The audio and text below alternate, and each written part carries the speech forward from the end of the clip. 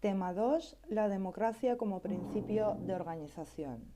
Constitución democrática y democracia constitucional. Comenzamos con la Constitución democrática. Para que una Constitución esté dotada de supremacía, es necesario suponer que procede de una autoridad superior a los poderes que ella misma regula. Y esa autoridad no puede ser otra que la del pueblo constituyente. Un elemento común a las diversas teorías surgidas a partir de las revoluciones liberales era considerar que el origen del Estado y de su ordenación política había de estar en el pueblo mismo. El pueblo es la única fuente de legitimidad del poder público. También se ha dicho que el pueblo no elabora la Constitución por sí mismo. Lo decisivo es que se apropie del texto constitucional y lo adopte como si lo hubiera elaborado él mismo. Esto no debe ocurrir solo en un momento inicial, por ejemplo en el referéndum. Hace falta que la comunidad política acredite su voluntad de permanecer así constituida y de someterse a las normas constitucionales, algo que se deduce de una valoración de conjunto de la actuación cotidiana, tanto de los órganos del Estado como de los propios ciudadanos. De acuerdo con la concepción ilustrada del ser humano, los ciudadanos tienen derecho a constituir un poder público y darle su estructura inicial, así como a participar en los ulteriores procesos de la libre autodeterminación colectiva, el derecho a dirigir por sí mismo su destino compartido, en forma de autogobierno de hombres y mujeres libres e iguales. La Constitución solo es democrática si garantiza que las decisiones relevantes se adoptan dentro del marco constitucional y de conformidad de los ciudadanos. Democracia constitucional. A pesar de reconocer al pueblo como titular del poder y su derecho a dirigir por sí mismos su destino compartido, el Estado moderno resulta demasiado complejo y dinámico para que el pueblo pueda ejercer directamente el conjunto de los poderes del Estado. El pueblo legitima el poder. Según el artículo 1.2 de la Constitución española, del pueblo español emanan los poderes del Estado. El pueblo es fuente del poder público.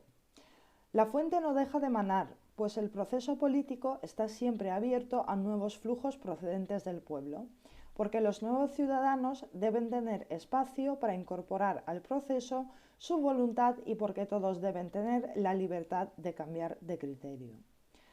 Para que una pluralidad ciudadana se pueda convertir en voluntad operativa, es precisa la racionalización e institucionalización del proceso político. Es necesario confiar el poder público a sujetos concretos que lo ejercen de forma temporal. La democracia, para generar el verdadero poder y no quedarse en una mera expresión de voluntad, necesita organización. Ha de ser democracia constitucional. Democracia en la Constitución española. La soberanía nacional y el pueblo español. El artículo 1 de la Constitución española señala: España se constituye en un Estado social y democrático de derecho. El artículo 1.2 de la Constitución recoge que la soberanía nacional reside en el pueblo español, del que emanan todos los poderes del Estado. La Constitución española se refiere a la soberanía nacional, noción característica del primer constitucionalismo liberal que evoca una entidad cuya representación quedaba en manos del rey y de las clases ilustradas. Aunque la idea de la noción de la nación se refuerza al recogerse en el artículo 2 de la Constitución española, según el cual la Constitución se fundamenta en la indisoluble unidad de la nación española, patria común e indivisible de todos los españoles, este precepto se mueve en un contexto distinto. Lo relevante es subrayar que la soberanía reside en el pueblo y que de él emanan los poderes del Estado. Ese pueblo no se concibe como una unidad estática y sustancial. El pueblo que decide sobre los asuntos públicos está formado por individuos a los que se les reconoce el correspondiente derecho de participación política. Esto según el artículo 23. La autodeterminación colectiva es resultado del ejercicio por parte del conjunto de los ciudadanos de un derecho que corresponde individualmente a cada uno de ellos, y que estos ejercen con libertad dentro de un determinado entramado institucional. La Constitución reconoce como valor superior del ordenamiento jurídico el pluralismo político, esto según el artículo 1.1 de la Constitución española. La voluntad general o los intereses generales a los que sirve la Administración no prescinden de los conflictos de intereses entre los distintos grupos sociales. Son el resultado provisional de un proceso abierto de búsqueda de acuerdos con reglas de decisión que estimulan la formación de mayorías y preservan la posición de quienes quedan en minoría. Ese pluralismo descansa sobre las garantías constitucionales de libertades de opinión, de expresión, de información, de reunión, etc. Sin embargo, esto no implica una absoluta equivalencia de las alternativas políticas. La Constitución y el Estado de Derecho suponen un cierto privilegio de la estabilidad, de modo que son los cambios en la Constitución y en las leyes los que cargan con la exigencia de superar los procedimientos. Y en algunos casos se les exige también alcanzar las mayorías cualificadas. No bastan más votos a favor que en contra, que sería la mayoría simple. Para introducir un cambio se exigen porcentajes superiores. La asimetría parece justificada cuando se trata de evitar que la mayoría socave las garantías del ciudadano particular y no de las minorías. En España, la exigencia de mayorías cualificadas extremadamente severas se extiende a la reforma de materias fundamentales, esto según el artículo 168. Y también se exige mayoría absoluta de voto en el Congreso de los Diputados para aprobar y reformar ciertas leyes en materias que se consideran importantes. Esto es según el artículo 81 de la Constitución sobre la ley orgánica. El artículo 1.2 de la Constitución menciona específicamente al pueblo español y el derecho de participación en los asuntos públicos. Se reconoce solo a los ciudadanos. Esto es según el artículo 23. Los extranjeros que estén en España quedan sometidos a las leyes y a los poderes públicos españoles, pero no participan en los procesos directamente políticos. De acuerdo con el artículo 13.2 de la Constitución, solo podrán ejercer el derecho de sufragio activo y pasivo, esto es votar y ser votados, en las elecciones municipales, y solo cuando se haya establecido mediante ley y el tratado internacional, atendiendo siempre a los criterios de reciprocidad, esto es, si los españoles tienen el mismo derecho en su Estado. Pasamos a la democracia directa, representativa y plebiscitaria. Origen y evolución histórica. Los orígenes de la representación se rastrean en las Cortes de la Edad Media, a las que también acudían representantes enviados desde las ciudades y sus únicas funciones eran trasladar al rey verdadero titular de la soberanía la disponibilidad de sus conciudadanos a proporcionar los tributos y las tropas que se les solicitaban. La representación cambió por completo tras la Revolución Francesa de 1789. La nación pasó a ser soberana o a compartir la soberanía con el rey. Los representantes, mediante la libre discusión pública en la sede parlamentaria, identificaban los intereses generales de la nación. Los electores les transmitían un mandato representativo que simplemente suponía confiar la dirección de los asuntos públicos a su buen criterio durante un tiempo limitado. Frente a esa concepción de representación se alzó la defensa de la democracia directa, que exige la aprobación de las leyes por parte del conjunto de los ciudadanos. Rousseau, el representante más clásico de esa opinión, decía que los ingleses, donde ya se había asentado un parlamento representativo, que su pueblo solo era libre en el momento de elección de los diputados. La soberanía del pueblo exigía, en su opinión, que el poder de la decisión política recayese directamente sobre él. La única democracia era la directa porque la soberanía es inalienable, indivisible, infalible y absoluta. Actualmente, las sociedades pluralistas y conflictivas han contribuido a hacer más necesario este modelo de democracia directa representativa. Es cierto que las tecnologías de información y comunicación permiten que la participación sea ágil y directa en el debate político, pero no pueden asegurar que todos puedan participar en la adopción de decisiones en condiciones de igualdad y libertad. El modelo democrático en la Constitución. La Constitución establece una democracia representativa en la que la participación política de los ciudadanos se produce con la elección de sus representantes en el Parlamento y otros órganos representativos, como por ejemplo los ayuntamientos, que se repite de forma periódica y garantizando las condiciones de igualdad y libertad. Esto es, según el artículo 23 de la Constitución. La participación ciudadana se ejerce luego a través de los representantes elegidos. Se considera que la política es una actividad profesional que solo se puede desarrollar en las instituciones. La Constitución establece que el presidente del Gobierno, previamente autorizado por el Congreso, puede someter a referéndum consultivo las decisiones políticas de especial trascendencia, esto es, según el artículo 92. Es la única concesión que la Constitución hace a las concepciones plebiscitarias de la democracia. En ellas se fomenta la movilización directa de los ciudadanos en torno a decisiones políticas singulares. Los sistemas presidencialistas, como en Estados Unidos, giran en torno al modelo de democracia plebiscitaria. La elección directa recae sobre el Parlamento y el presidente. Esto se percibe como un acto que genera una relación directa entre el pueblo y quien recibe de éste la autoridad para dirigir el país. El Congreso tiene poderes de control intensos, pero carece de capacidad para privar al presidente de su posición. Estos modelos plebiscitarios solo resultan funcionales en sociedades homogéneas. En democracias pluralistas como la española, la unidad es tarea del propio proceso político. La representación tiene la labor de constituirla a través de un sistema articulado, produciendo decisiones mayoritarias. Democracia de partidos.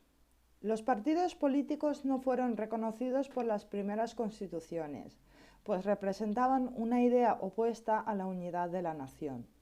Pero la práctica parlamentaria impuso desde un principio la agrupación de los representantes conforme a sus afinidades políticas. Asimismo, la ampliación del sufragio exigió organizar a las masas de electores con el mismo criterio. Los partidos son asociaciones privadas orientadas hacia el ejercicio del derecho a la participación política. El artículo 6 de la Constitución española dice que los partidos políticos expresan el pluralismo político, concurren a la formación y manifestación de la voluntad popular y son un instrumento fundamental de participación. La intervención de los partidos resulta decisiva en el proceso de selección de los representantes. Por ello, en los procesos electorales se les conceden facilidades a la hora de presentar candidatura. El derecho electoral concede a los partidos que han tenido representación en el pasado una posición de privilegio en el acceso a las plataformas públicas de información y financiación. Esto supone una reducción en la equivalencia de las alternativas que deberían caracterizar la democracia pluralista, pues no todos parten de la misma posición, sino que el sistema electoral está diseñado con una cierta predisposición a favor de que se reproduzcan los resultados anteriores. Por otro lado, en el momento del voto, la confianza del elector se deposita simultáneamente en el candidato y en el partido que lo presenta. Luego, los partidos siguen presentes en la vida institucional de las cámaras parlamentarias. La Constitución se refiere solo a los grupos políticos con representación parlamentaria en el momento de señalar con quién debe consultar el rey la candidatura a presidente del Gobierno. Esto según el artículo 99 de la Constitución española. La presencia de los partidos, entendidos como instrumento para el ejercicio del derecho de participación, resulta inexcusable en una democracia pluralista, que necesita articular primero a los ciudadanos para canalizar su diversidad y luego a los representantes elegidos para que no usen su mandato de forma arbitraria. Los partidos se introducen entre los ciudadanos y el poder público y eso puede ser percibido como una intromisión en el proceso democrático. Para evitarlo, se impone que la organización y el funcionamiento de los partidos políticos sean también democráticos, esto según el artículo 6 de la Constitución, de modo que los partidos sean percibidos como un cauce a través del cual discurre el proceso democrático. La relativa autonomía de los partidos ofrece también un flanco abierto a quienes pretenden un acercamiento privilegiado al poder político, al margen de las vías ordinarias de participación, eludiendo las correspondientes garantías de libertad e igualdad. Para evitar esa influencia irregular sobre los partidos, se articulan diversas garantías, por ejemplo, estableciendo un límite máximo a las donaciones que estos pueden aceptar y prohibiendo que puedan vincularse a la obtención de favores directos de poderes públicos.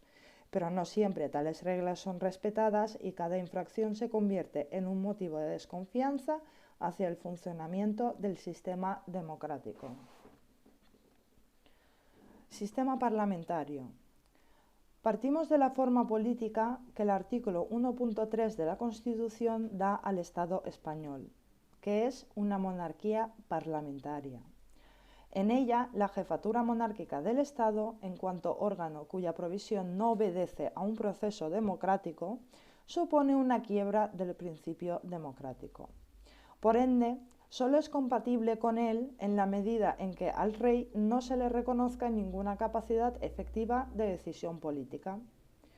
Las Cortes Generales representan al pueblo español según el artículo 66 de la Constitución. Están formadas por dos cámaras, el Congreso de los Diputados y el Senado. Se trata de un bicameralismo asimétrico, con claro predominio del Congreso.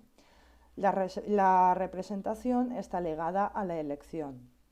El Congreso de los Diputados es elegido directamente por los ciudadanos mediante un sistema proporcional, de modo que los escaños se reparten atendiendo a su número de votos. Para el Senado, los ciudadanos de cada provincia peninsular eligen a 4 senadores. Para las islas y Ceuta y Melilla rigen reglas especiales.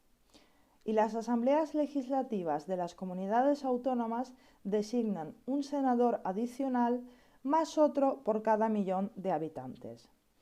La Constitución considera al Senado como una cámara de representación territorial. El sistema parlamentario descansa sobre las relaciones de confianza y responsabilidad que ligan al Gobierno con el Congreso de los Diputados. Esa relación se inicia mediante la investidura del candidato a presidente del Gobierno. Este, una vez nombrado, propone libremente a los demás miembros del Gobierno, pudiendo incluso cesarlos. Esto según el artículo 99 y 100 de la Constitución española. La confianza otorgada se prolonga hasta que el Congreso la revoca, adoptando una moción de censura o rechazando una cuestión de confianza. Esto según el artículo 112, 113 y 114 de la Constitución. El presidente del Gobierno también puede disolver las cámaras poniendo fin anticipadamente a su legislatura. El sistema parlamentario supone que las decisiones políticas más relevantes se adopten en las Cortes Generales, que son las que están directamente legitimadas por el voto popular. Les corresponde, pues, la potestad legislativa, aprobar los presupuestos y controlar la acción del Gobierno. Esto es según el artículo 66. El Gobierno tiene la legitimación democrática indirecta, que deriva de la confianza parlamentaria. Por eso, el artículo 97 de la Constitución dice que éste dirige la política interior y exterior, la administración civil y militar, y la defensa del Estado.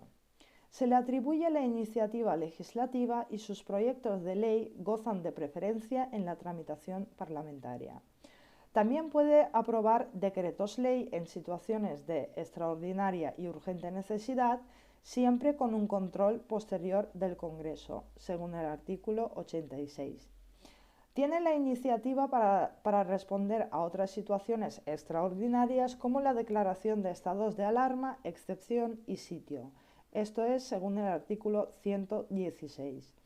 O a la asunción del control sobre las comunidades autónomas que rechazan cumplir sus obligaciones constitucionales o atentan gravemente al interés general. Esto es el artículo 155 de la Constitución española.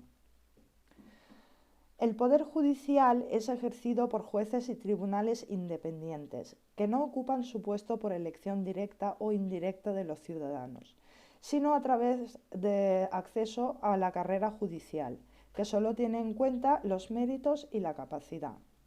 Su legitimación democrática procede de su sujeción al imperio de la ley, porque se entiende que en un Estado de Derecho los jueces no crean normas jurídicas, sino que se limitan a interpretarlas y aplicarlas. La intervención de los ciudadanos podría afectar a la seguridad jurídica. Por ello solo participan en el ejercicio de la función jurisdiccional residualmente, a través del jurado, acción popular y la eventual participación en tribunales tradicionales. La Administración también actúa con sometimiento pleno a la ley y al derecho según el artículo 103 y bajo control judicial según el artículo 106. En el ejercicio de algunas de sus potestades dispone de cierto margen de apreciación para valorar los presupuestos de su intervención y tiene cierta discrecionalidad para reaccionar ante ellos. Está legitimada democráticamente, pues actúa bajo la dirección del Gobierno. Los partidos mayores están sobrerepresentados en el Gobierno, facilitando la formación de mayorías sólidas y capaces de sostener los gobiernos homogéneos. Simbolizados y simplificados en la imagen de un candidato, las elecciones parlamentarias se presentan como la designación del presidente del Gobierno. Consideran que su mayoría parlamentaria les dota de una legitimación casi plebiscitaria.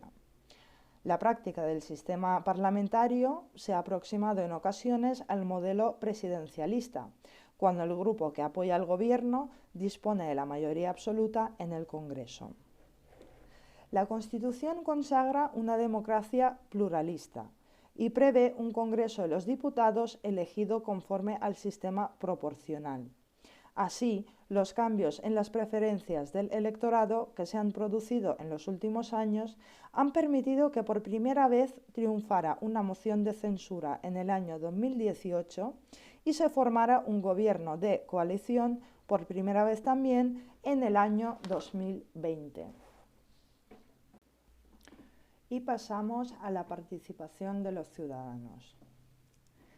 Derecho de participación. El artículo 23 de la Constitución española dice que los ciudadanos tienen el derecho a participar en los asuntos públicos, directamente o por medio de representantes, libremente elegidos en elecciones periódicas por sufragio universal. Asimismo, tienen derecho a acceder en condiciones de igualdad a las funciones y cargos públicos, con los requisitos que señale la ley. El derecho a participar en los asuntos públicos incluye el derecho a elegir de forma libre y periódica a los representantes. Tal derecho de elección es el momento en el que la democracia representativa se abre a la participación de toda la ciudadanía. Se eligen los miembros de las cámaras que forman las Cortes Generales, que es el Congreso y el Senado. Los miembros de las asambleas legislativas de las comunidades autónomas y de los ayuntamientos que gobiernan los municipios, también la elección de representantes al Parlamento Europeo forma parte de ese derecho. Los ciudadanos tienen derecho a postularse en condiciones de igualdad para ser elegidos como representantes. En materia de sufragio pasivo, rige el principio de igualdad, de modo que solo se admiten como causas justificadas de inelegibilidad las que pueden comprometer la libertad del proceso electoral, especialmente por la posición institucional de la persona afectada, como puede ser un miembro de familia real o un miembro de carrera judicial, por ejemplo.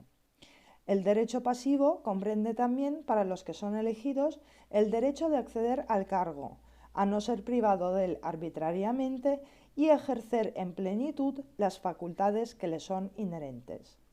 El Tribunal Constitucional ha declarado que la lesión de estos derechos supone una lesión indirecta a los ciudadanos a participar a través de los representantes. Modalidades y contextos del derecho de participación. En el ámbito de la potestad legislativa que ejercen las Cortes Generales, se reconoce la iniciativa popular con una exigencia de 500.000 firmas, excluidas las materias más relevantes y la reforma constitucional, dejando en manos del Congreso de los Diputados la toma en consideración, la iniciativa y su ulterior tramitación. Esto es según el artículo 87 de la Constitución española. Las reformas de la Constitución que afecten a ciertos apartados necesitan ser ratificados por referéndum, y los demás habrán de serlo si lo solicita la 10ª parte del Congreso del Senado. Se prevén en la Constitución referendos de ámbito territorial limitado para ratificar la intención de acceder a la autonomía por una vía más rápida que la ordinaria, que es lo que pasó en Andalucía en el año 1980, y para aprobar y reformar ciertos estatutos como son los del País Vasco, Cataluña, Galicia y Andalucía, así como la eventual incorporación de Navarra a la autonomía vasca. La Constitución reconoce el ejercicio de la función jurisdiccional a través de la participación en la institución del jurado, el ejercicio de la acción popular y la participación en los tribunales tradicionales y consuetudinarios. Esto es según el artículo 125 de la Constitución. Otras modalidades específicas de participación directa se regulan en las leyes sectoriales. La autorización para celebrar cualquier tipo de referéndum corresponde en exclusiva al Estado y será acordado por el Gobierno, salvo en el caso de que esté reservado por la Constitución al Congreso. La convocatoria la realiza formalmente el Rey. Sufragio activo. La participación a la que se refiere el artículo 23.1 de la Constitución española se produce mediante la emisión del voto, que es el sufragio activo. El ejercicio de este derecho exige configuración legal, es decir, necesita que el legislador desarrolle por ley los contextos en los que ese sufragio surte efecto. También el propio proceso de votación necesita reglas de organización y procedimiento. El sufragio universal se opone históricamente al sufragio censitario, que exigía un nivel mínimo de rentas para participar en las elecciones, y también se refiere a otras exclusiones basadas en el sexo o la formación de los ciudadanos. El sufragio femenino se implantó en España con la Constitución de 1931. El voto de los analfabetos ha seguido excluido en muchos estados de América hasta el siglo XX. El derecho de participación en los asuntos públicos se reconoce solo a los ciudadanos según el artículo 23. Los extranjeros solo podrán ejercer el derecho de sufragio activo y pasivo desde el año 1992 en las elecciones municipales y solo cuando haya sido establecido mediante ley y tratado. Ciertos ordenamientos han configurado el sufragio no solo como un derecho, sino también como un deber del ciudadano, imponiendo sanciones administrativas a quien no lo ejerce sin causa justificada. En España, la participación política es libre. La libertad del sufragio afecta también al sentido del voto. El artículo 146 de la LOREG define como delito de la conducta de quienes por medio de recompensa, remuneraciones o promesas soliciten directa o indirectamente el voto de algún elector o le induzcan a la abstención. Con violencia o intimidación presionen sobre electores para que no usen de su derecho. lo ejerciten contra su voluntad o descubran el secreto del voto, o impidan o dificulten injustificadamente la entrada, salida o permanencia de los electores en los lugares en los que se realicen actos del procedimiento electoral. El sufragio igual excluye prácticas como el voto plural a favor de un mismo elector y el sufragio por clases. Actualmente, todos los ciudadanos tienen el mismo derecho de voto, lo que no implica que todos los votos tengan la misma eficacia. Quien vota a una opción que no consigue representación ha participado, pero ve frustradas sus expectativas. En las elecciones, esa igualdad se refiere a la circunscripción, de modo que todos los votos emitidos en la misma valen igual, pero no necesariamente valen igual que los emitidos en otra circunscripción. El sufragio directo se opone al sufragio por compromisarios, en el que los electores seleccionan a quienes han de adoptar la correspondiente decisión o designar al titular del cargo. El sufragio indirecto, previsto en la Constitución de Cádiz de 1812, para la elección de diputados, sigue vigente en Estados Unidos para el nombramiento del presidente. En cada estado se eligen los compromisarios que a su vez eligen al presidente. En España esto no existe. El secreto de sufragio es una garantía relacionada con la libertad del voto, que se consagra atendiendo a lamentables experiencias del constitucionalismo decimonónico español. Aún así, actualmente sigue planteando problemas con referencia al sufragio de los invidentes o a las posibilidades del sufragio electrónico. Garantía del sufragio activo. La libertad y la igualdad en el ejercicio del derecho al sufragio deben ser garantizadas mediante normas que regulan todo el proceso, desde la convocatoria de las votaciones hasta el escrutinio de los resultados y su eventual impugnación. Todo el proceso queda bajo el control de instituciones independientes que forman la administración electoral. Las más importantes son las juntas electorales, la central, las provinciales y de zona, en cuya composición son siempre mayoritarios los integrantes de la carrera judicial, elegidos de forma aleatoria, aunque se integran en ellas también juristas que han de ser propuestos por el Congreso de los Diputados, que es para la Junta Central, o por acuerdo de las candidaturas presentadas.